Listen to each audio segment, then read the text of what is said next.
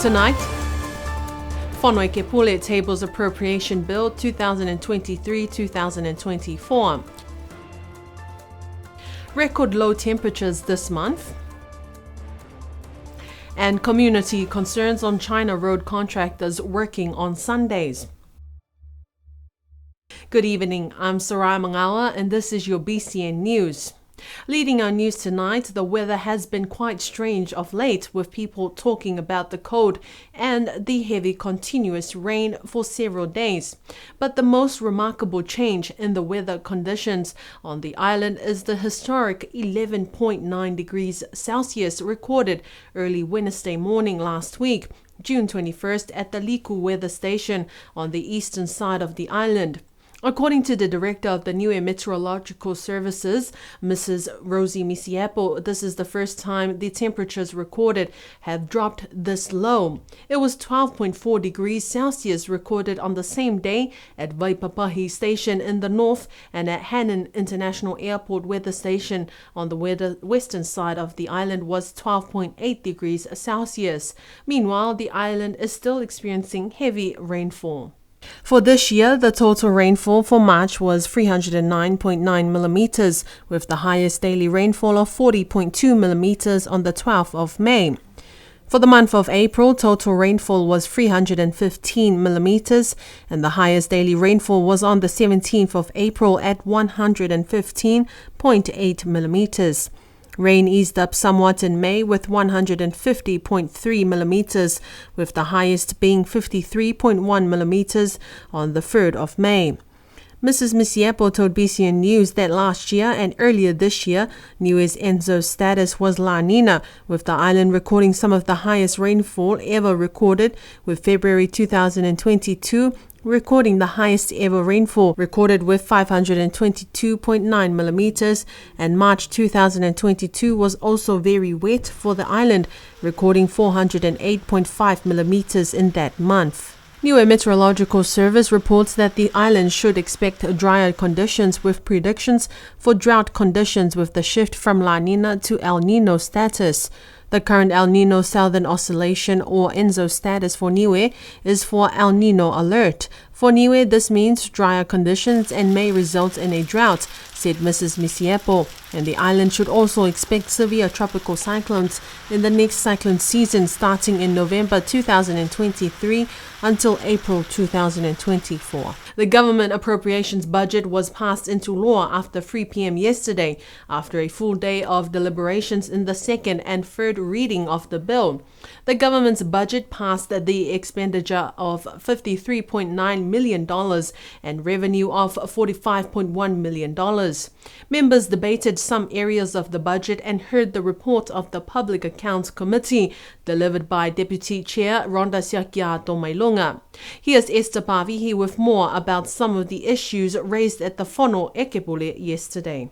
One of the questions heard during the morning session was from the Mutalau MP, Maureen Milekitama, asking why there is a new unit established under the External Affairs of the Office of the Secretary to Government called the Donor Coordination Unit, and how different is this unit from the Project Management Coordination Unit. Her question was responded to by Premier Dalton Tagilangi, who said that this donors unit deals directly with the countries to which Niue has signed diplomatic relations with, which is quite different from the work that is done by the Project Management Coordination Unit. During the afternoon session, Commonwealth MP Olav Taveve-Jacobson asked the Minister of Infrastructure to explain what happened to the order of 2 new generators for the new power station, but later found that these generators are not working. Minister Crossley Tatui confirmed that the 2 generators were bought under the funding from the New Zealand Ministry of Foreign Affairs and Trade, and it had no cost to the government. He confirmed that the 2 generators were not functioning. Several departments reported to the Public Accounts Committee their manpower concerns, with many positions remaining vacant and also such staff shortage as that in the Crown Law Office, with only 1 lawyer working there. Then there is the police department having difficulties with high staff turnover. Common Role Member of Parliament Billy Talangi commented on how times have changed and how disappointing it is to see that young people are not interested in a career as a police officer, and some who were in the police force have left the force for higher salaries elsewhere. Talangi explained that in the past, police officers were considered or revered as pillars of society, but it is a different story now, with very few officers working in the police department. He suggested that the government seek assistance from the New Zealand government for training of the young people and perhaps attract more of them towards a career in the police force. The member from Higutawake, Ian Hipa, questioned the government's decision not to start the road upgrade project from Higutawake and Namukulu because of the number of tourists travelling that way to the scenic sites, most of which are located on that side of the island where the road conditions are very, very poor. Premier Dalton Tagilangi explained that the intention was to start in the areas where the roads are in their worst conditions, like the road from Avasele to Hakupu, but the roads from Higutawake to Namukulu will be next. After the budget was passed, the Whanokepule attempted to discuss the review and update of the standing orders, but after several concerns raised by members asking for more time to read through the recommendations for the review, and hence the revised standing orders were tabled for the next meetings. The road upgrade project is picking up progress after months of delays due to the COVID pandemic and the recent relentless wet weather, but the push to catch up has caused concern with local communities, with the project teams working on Sundays. Last Sunday, the China road upgrade contractors worked on Sunday, despite their agreement that working on Sundays is not permitted. BCN News understands that another government contractor was also working at the airport on last Sunday. Here's more on this story. People from the village of Avasele on Sunday morning raised concerns that the workers were on the roads using heavy machinery like it was a normal working day. The Avasele Village Council chairperson, Hetutu Tama Hetutu, approached the team and told them to stop work because it is Sunday, and in Niue, working is not permitted on Sundays. The team stopped their work and returned to their base at Funuakula. BCN News understands that there were also questions asking as to how different is this situation from the boat workers working on Sunday. So BCN reached out to the president of the Ekalesia Niue, Reverend Nevi Salatielu, and he said that while there is no official agreement between the Ekalesia Keresiano Niue and the Niue government, there is an understanding with regards to the cargo boat being offloaded on Sundays. He says, as a matter of necessity for the goods that need to be offloaded, especially if there are goods needed for the hospital or if there are no stock on the island. The church, he says, recognizes the manner in which the boat workers respect Sunday by stopping their work when the church service begins and will resume when the service ends. Reverend Salatielu said that working on Sunday in Niue has never been permitted except in exceptional circumstances. Meanwhile, the Director of Utilities, Clinton Chapman, earlier this week confirmed to BCN News that under the agreement of the roading project, work on Sundays is not permitted. Chapman says that their consultations with all village councils, they unanimously indicated that there should be no work on Sundays. Chapman says going forward, they will adhere to the agreement. The government this morning has confirmed that there will be a second Air New Zealand flight a week starting in November this year. This resumption of the second flight was alluded to by Premier Tagilangi in an interview on Radio News of the Week earlier this month. The first weekly flight, scheduled from November 2023 to January 2024, will depart New Zealand on a Wednesday and return from Niue on a Tuesday. The second flight will depart on a Saturday and return on a Friday from Niue. Here's Esther Pavihi with more on this story. According to the government's press statement, Air New Zealand recently announced the increase of 2 flights per week between Auckland and Niue, commencing from November this year to January 2024. The number of visitors to the islands has increased steadily, which helps to boost the economy, particularly for the Niue tourism industry and trade for the private sector. The airline has been operating weekly flights departing New Zealand on Tuesdays and returning from Niue on Mondays using the Airbus A321neo. The removal of COVID-19 border restrictions worldwide has seen an increase in the travel sector and also seen an increase in the tourists travelling to the island. As communities in New Zealand continue to recover from the devastation of Cyclone Gabrielle, which took a heavy toll on the northern and eastern regions of New Zealand in February this year, the government of Niue has offered support by sending a response team to assist with the recovery phase. Niue's team of 4 departed the island this week to Hawke's Bay and will be there for a period of 2 weeks. Here's more on this story. Niue's team mission of 4 who departed the island this week include team lead and government disaster representative Robin Heko, manager for the National Disaster Management Office, NDMO.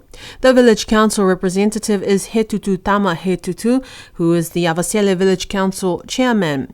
Non-government organization representative Alana Fiafia Rex of Omatafua, and Mrs. Anne-Marie Aulima is also part of the group. She is the project manager for the Green Climate Fund Readiness Program under PMCU. The team will be in Hawke's Bay for a trip of 2 weeks and they will depart the region on Friday, 7th of July.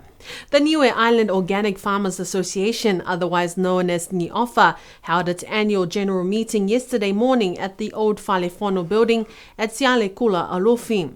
Newly elected NIOFA chairperson Jamal Talangi Vedriaki says that there is a need for strong support and awareness on the impacts of agriculture chemicals on soil, underground water source and human health, the main topic of discussion at yesterday's meeting. Here's more on this story. According to newly elected chairperson of the NIOFA Executive Committee, Jamal Talangi Vedriaki, this was their first annual general meeting in a while. Jamal said that this was mainly due to the association going through a restructure, relearning and basically reviewing the whole position of NIOFA and how the association can add value to Niue's agriculture sector and economy as a whole, particularly in an environment that has changed significantly since it was established 20 years ago. From the meeting yesterday, a new committee for NIOFA was elected, who will be working together for the next 3 years. This includes Chairperson Jamal Talangi Vedriaki, Deputy Chairperson Kenneth Green, Secretary Pamela Tongyakona, Treasurer Hatesa Hetutu, and committee members included Lavalingi Mokale, Ioane Mamaya, and Colin Etuata.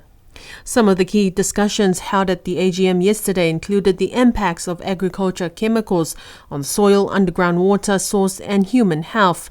More than 30 participants at the meeting yesterday heard from Poet Com Stephen Hazelman as he presented his research presentation on the impacts of agricultural chemicals on human health and detailed the unjust system of companies that develop these products and those that validate its safety to be sold in the market.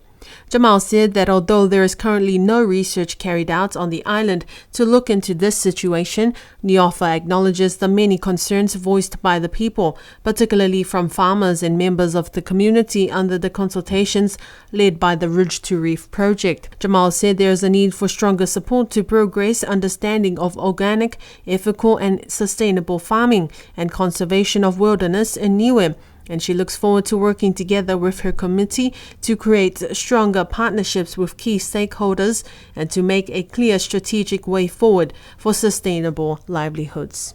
On Tuesday morning this week, the Ministry of Infrastructure radio program with Sione Leolahi, Craig Smart and Clinton Chapman provided the latest information on how the 2 major infrastructure projects are progressing thus far. Despite the wet weather experienced in the past few weeks, delaying the work for the contractors, the work is still in progress and doing its best to keep up to schedule.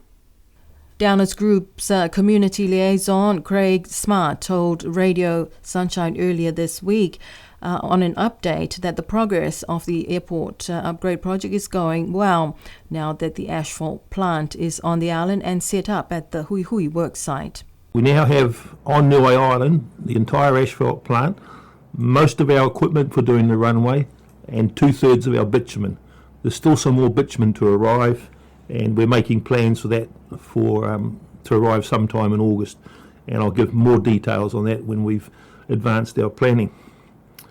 So having achieved that, got everything ashore, we're now assembling the asphalt plant. So in Hui Hui Road, you will notice that there is now a large 3-storey high structure, which is the asphalt plant. And it's gone together very well. We've done all the heavy lifts, but now it's a bit like building a house. We get up the framework quite quickly, but now there's a lot of time to wire all the different parts together, then run the plant and test it and make some trial mixes of asphalt. So that's going to take another 3 weeks or so before we complete the commissioning process and actually be in a position to lay some asphalt. But it's coming along nicely. In spite of the poor weather, we've still managed to get it together. The rain, though, over the past few weeks had affected the progress of the 2 projects, including the production work at the quarry. In terms of our operations at the quarry, it's not just the quarry. We also have our team civil who provide materials, raw material, and also processed materials to not only Downer down in New Zealand for the airport runway, but similarly the Chinese project. So we are under the pump in terms of meeting both of those demands.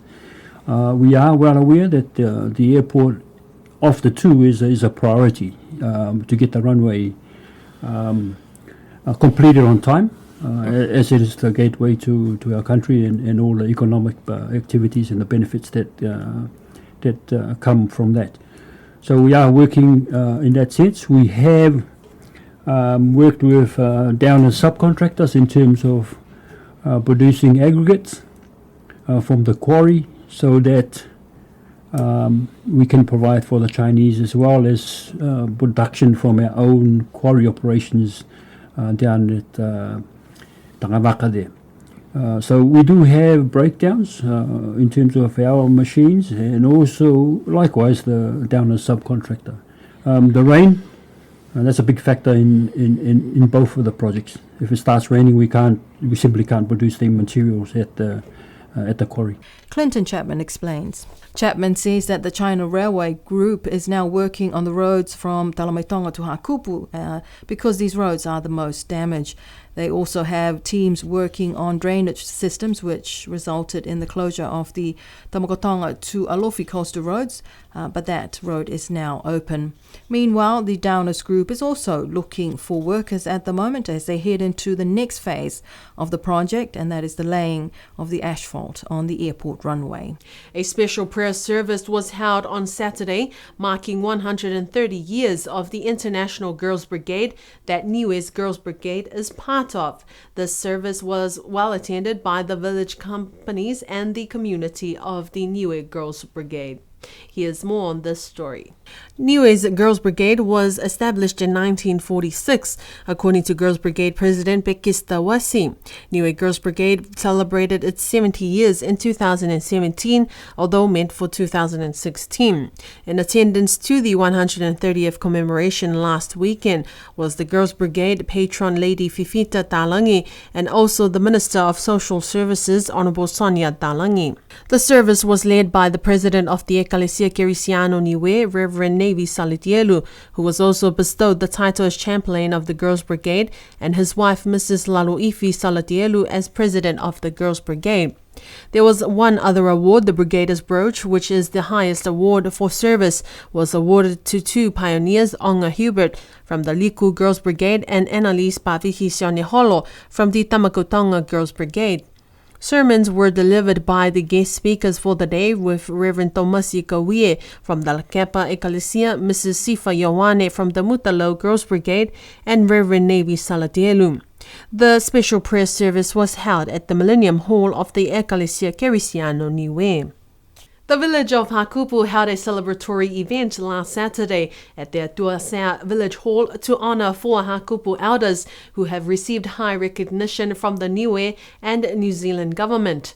A beautiful celebration held in honor of the Hakupu elders. Here's more on this story. The 4 Hakupu elders, including former Premier of the island, Honourable Mr. Youngmani Young Vivian, were celebrated for their awards. He received the Companion of the New Zealand Order of Merit during the New Year's Honours List this year.